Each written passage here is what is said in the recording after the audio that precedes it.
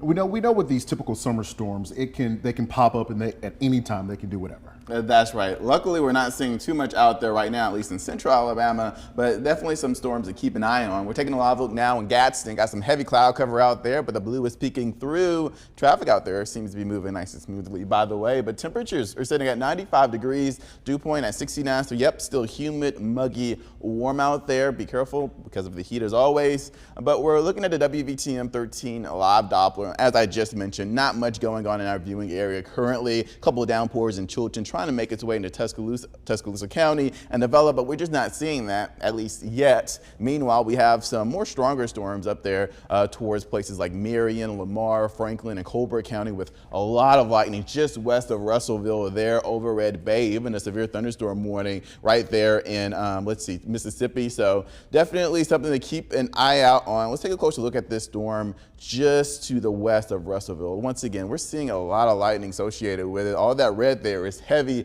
downpours. Earlier, the same storm complex had some hail and wind gusts of 60 miles per hour. Not seeing that at the moment, but keeping an eye out on it.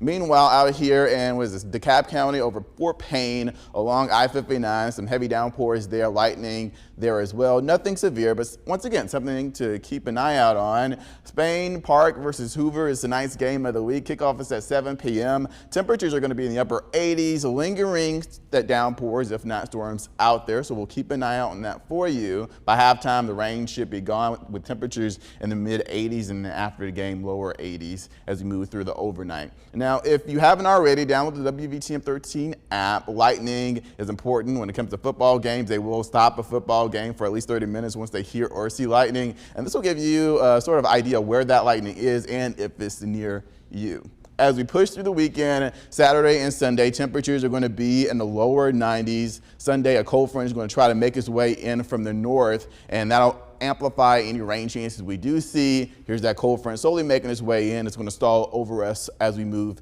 into Monday. But regardless, scattered showers and thunderstorms are possible each day during the next 3 days over the Labor Day weekend. So have that rain jacket and umbrella handy. It'll be similar to what we're seeing today, hit or miss in nature. Not only that, but the rip current risk along the Alabama Gulf Coast is medium. So listen to public officials and at least for now, stay out of the water. Here's your 7-day forecast. Saturday, college football starts back again with temperatures climbing to the lower 90s. Game days, kickoffs around 6 p.m. will be in the mid 80s with once again isolated showers and thunderstorms possible. Labor Day Monday, temperatures climbing to the lower 90s, and then a wedge starts to build in the middle of next week, keeping temperatures lower than average and more of a wetter pattern.